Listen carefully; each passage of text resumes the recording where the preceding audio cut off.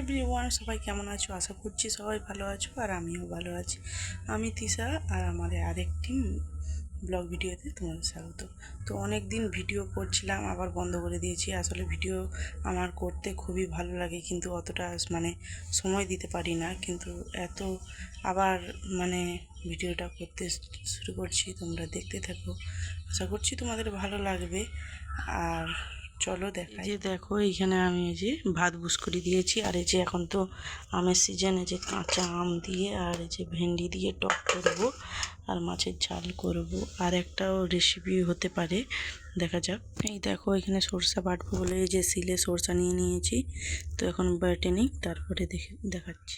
এই যে এখন আমি এই যে সরষাটা বেটে নিচ্ছি, আর এখানটায় আলোটা পড়ছে না, অন্ধকার লাগছে। তো অন্ধকারেই আমি এখন সরষাটা বেটে নিয়েছি। দেখো, সরষা বাটাটা আমার কমপ্লিট। যেহেতু দুটা তরকারিতে দেবো, এই জন্য অনেকটাই বেটেছি। চলো এখন বন্ধুরা, এই যে মাছ ভাজা বুস করিয়ে দিয়েছি, আর এই পাশে হচ্ছে এই যে ভেন্ডির টক করে নিয়েছি। এই গরমে টক খেতে খুবই ভালো লাগে, আর এরকম যদি পাতলা ভেন্ডির টক হয় তাহলে আর কথাই নেই। আর এই পাশে এই যে ভাত হয়ে গেছে, খুবই গরম।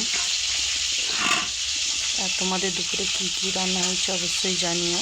আর এখানে যে মাছ ভাজা বসিয়েছি, এইটা মাছের ঝাল রান্না হবে, তো দেখতে থাকো। এই দেখো বন্ধুরা, আমার মাছের ঝাল হয়েছে, কি সুন্দর তেল লাল লাল করে কষা কষা করে মাছের ঝাল করেছি। কে খাবে চলে এসো।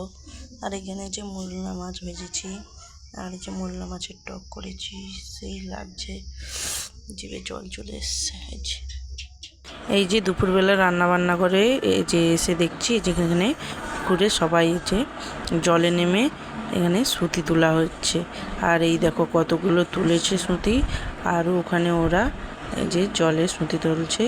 আর এইখানে আমার মেয়ে দাঁড়িয়ে আছে, একটা যা দাঁড়িয়ে আছে, আর ওরা পুকুরে যে সুতি পা দিয়ে দিয়ে তুলছে। আর এখানে ধান ঝাড়া হচ্ছে, আর প্রায় পুরো মাঠ ফাঁকা হয়ে গেছে, ধান কাটা হয়ে গেছে। আর পরশু দিনের বৃষ্টিতে একদম মাঠে জল ধরে গেছে, একদম অনেকটাই যাদের ধান ঝাড়া হয়নি অনেকটাই ক্ষতি হয়েছে। দেখো, তারপরে এই যে অনেকগুলো এই যে সুতি কুড়ি নিয়ে এসেছে, সেগুলো তোমাদের দিকে দেখাচ্ছিলাম, যে জালে করে নিয়েছে। তো তোমরা কে কে সুতি খাও অবশ্যই জানিও। আমরা ফার্স্ট টাইম খাবো। তারপরে এখানে একটু কুরকুরি খাচ্ছিলাম, আর এখানে আলু, বাঁধাকপি, বরবটি, আর ওই যে কুঁদরি, আর এখানে পেঁয়াজ, এখানে ডিম, আর এখানে চাউমিন। এখানে চাউমিন করব, আর বাঙালি মানেই সবে আলু, আলু তো থাকবেই।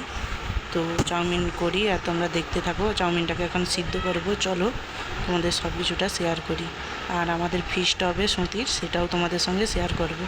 তারপরে ওখানে কোটা বাটা করে এই যে চলে এসেছি। এখানে দেখছি ওই যে দুপুরবেলা সুতি তুলেছিলাম, সেটাই এখন ওরা তিনজন মিলে, আমার ননদ আর জায়ের মেয়ে আর যা মিলে এখানে সুতি ছাড়াচ্ছে। তো ওইটা দেখে আমি চলে এসেছি।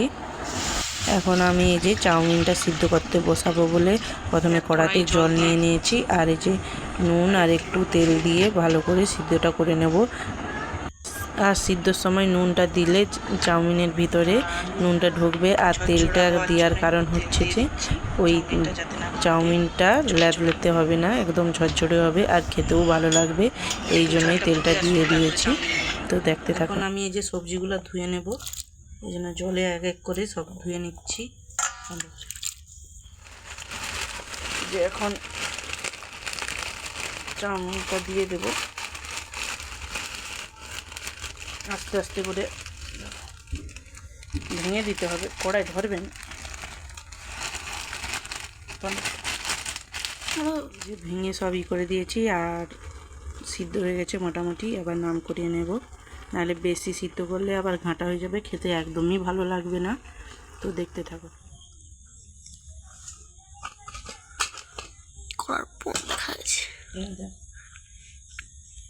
কত সুন্দর ঝরঝরে হয়েছে, এইভাবে করলে ঝরঝরে হয়। তারপরে চাউমিন রান্নার আর কোনো ভিডিও করা হয়নি, যেহেতু আমার একটা ফোন এসেছিলো, এই জন্য আমি আর ভিডিওটা শ্যুট করতে পারিনি। একদম চাউমিনটা রেডি হয়ে গেছে, তোমাদের দিকে দেখাচ্ছি। আর খুবই সুন্দর হয়েছে খেতে। আর আমি হলুদ দিয়ে নয়, এমনি একটু সাদামাটা করেছি, এত সুন্দর হয়েছে। আর সবাই সন্ধ্যাবেলা বসে এখানে আমরা খাচ্ছিলাম। সবাই মিলে বসে খাবার মজাটাই আলাদা। আর এরকম সন্ধ্যাবেলা যদি টিফিনে চাউমিন থাকে তো তারপরে আমরা চলে এসেছিলাম রাত্রে রান্না করতে। ওই সুতিটা আমার ননদ রান্না করছে, এই যে ভেজে নিয়েছে, তারপরে আলু মশলা দিয়ে ভালো করে কষিয়ে রান্না করেছে। আর তোমরা কে কে খেয়েছো অবশ্যই কমেন্টে জানিও। আমরা তো এই ফার্স্ট টাইম খেলাম, খুব সুন্দর হয়েছে, লাল লাল ঝাল ঝাল কষা কষা। তো এখনের মধ্যে এই ভিডিওটা এখানেই রাখছি, আবার বাই বাই।